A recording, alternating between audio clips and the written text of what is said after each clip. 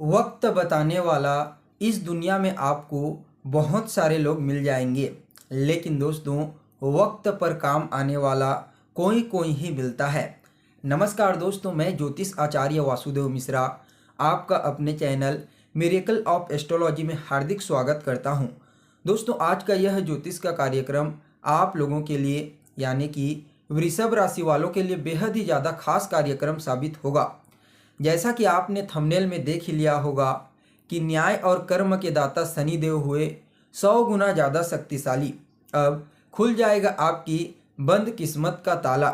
जी हाँ दोस्तों, न्याय और कर्म के दाता शनिदेव अपने परम मित्र राहु के सद्भिषा नक्षत्र में प्रवेश कर चुके हैं और आने वाले साल 2024 के अप्रैल महीने तक इसी नक्षत्र में गोचर करेंगे।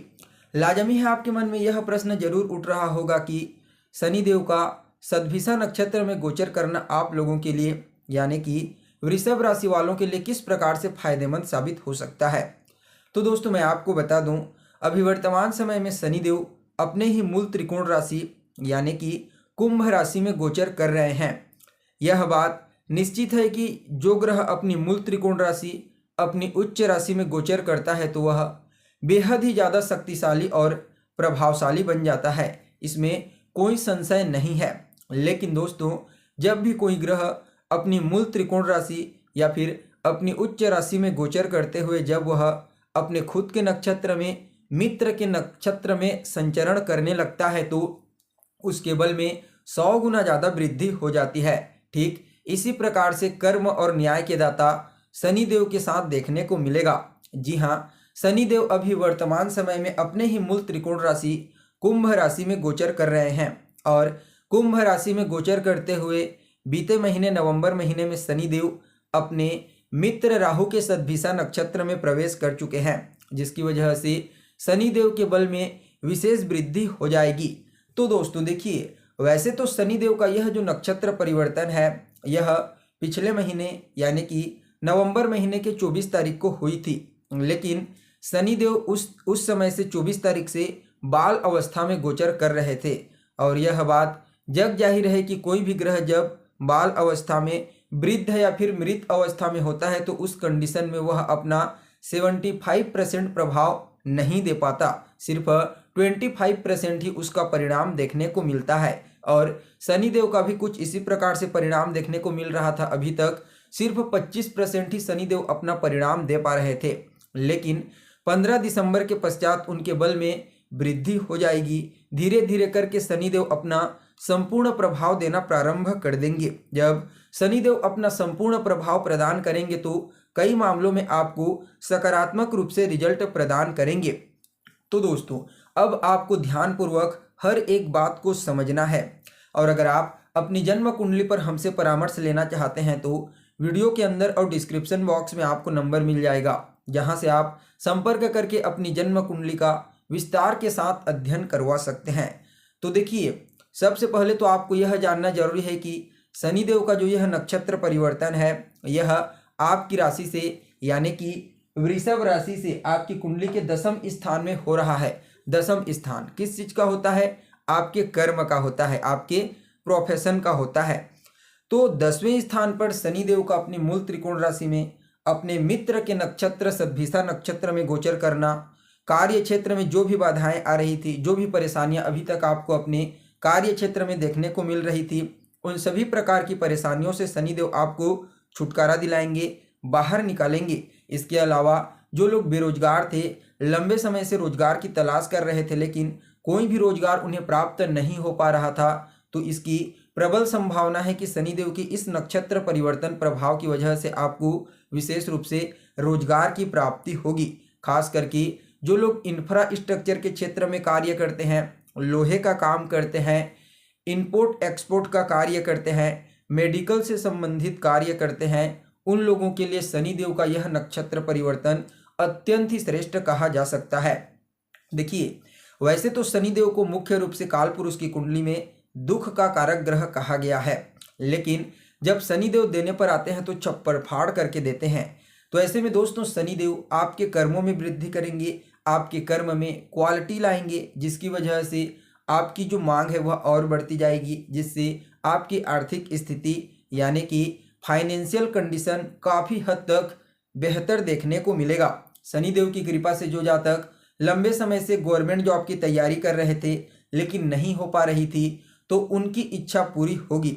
इसके अलावा शनिदेव जो लोग सरकारी फील्ड में कार्य करते हैं और अभी तक उन लोगों को सरकार से संबंधित कोई प्रॉब्लम हो रही थी, तो उससे भी उन्हें बाहर निकालने का कार्य करेंगे।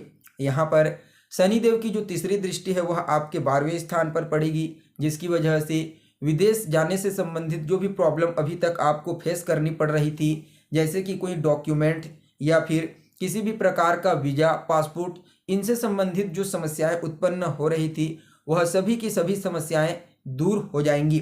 साथ ही दोस्तों यहाँ पर अगर आप कोई निवेश करने के बारे में सोच रहे हैं तो निवेश कर सकते हैं। लॉटरी, सट्टा, शेयर इत्यादि के फील्ड में आपको लाभ मिलने की प्रबल संभावना नजर आ रही है। बस आपकी कुंडली में भी पंचम भाव का बली होना बेहद ही आवश्यक है। देखिए, शनिदेव आपके भाग्य भाव के अधिपति बन करके दशम स्थान में गोचर करेंगी, तो यह सबसे पहले तो यह आपके लिए केंद्र त्रिकोण राजयोग का निर्माण करेंगे। उसके पश्चात पंच महापुरुष नाम का एक सस राजयोग का निर्माण करेंगे। ऊपर से पद्म सिंहासन राजयोग का निर्माण भी यहाँ पर गोचर कुंडली में होगा, जिसकी वजह से देखा जाए तो इस समय आपका भाग्य जागृत हो जाएगा। भाग्य का पूरा सपोर्ट आपको देखने को मिलेगा, जिसकी वजह से आपकी जितने भी पेंडिंग पड़े हुए कार्य हैं वह सभी कार्य धीरे धीरे करके पूरे होने प्रारंभ हो जाएंगी। पिता के साथ तालमेल अच्छा होगा। उच्च अधिकारियों के साथ आपके जो सीनियर हैं कार्य क्षेत्र में, उनका सहयोग आपको पूर्ण रूप से शनिदेव के इस नक्षत्र परिवर्तन प्रभाव की वजह से प्राप्त होने वाला है। आपके बॉस भी आपके कार्य क्षेत्र से बहुत ज़्यादा प्रभावित होंगी। संभावना है या तो आपकी पदोन्नति हो सकती है या फिर आपके इंक्रीमेंट में वृद्धि हो सकती है। साथ ही साथ दोस्तों यहाँ पर शनिदेव चतुर्थ स्थान को दृष्टिगोचर करेंगे, जिसकी वजह से क्षेत्र के मालिक होकर के क्षेत्र में दृष्टिगोचर करेंगे। तो ऐसे में भूमि, भवन, मकान, वाहन जैसे सुखों में वृद्धि करेंगे।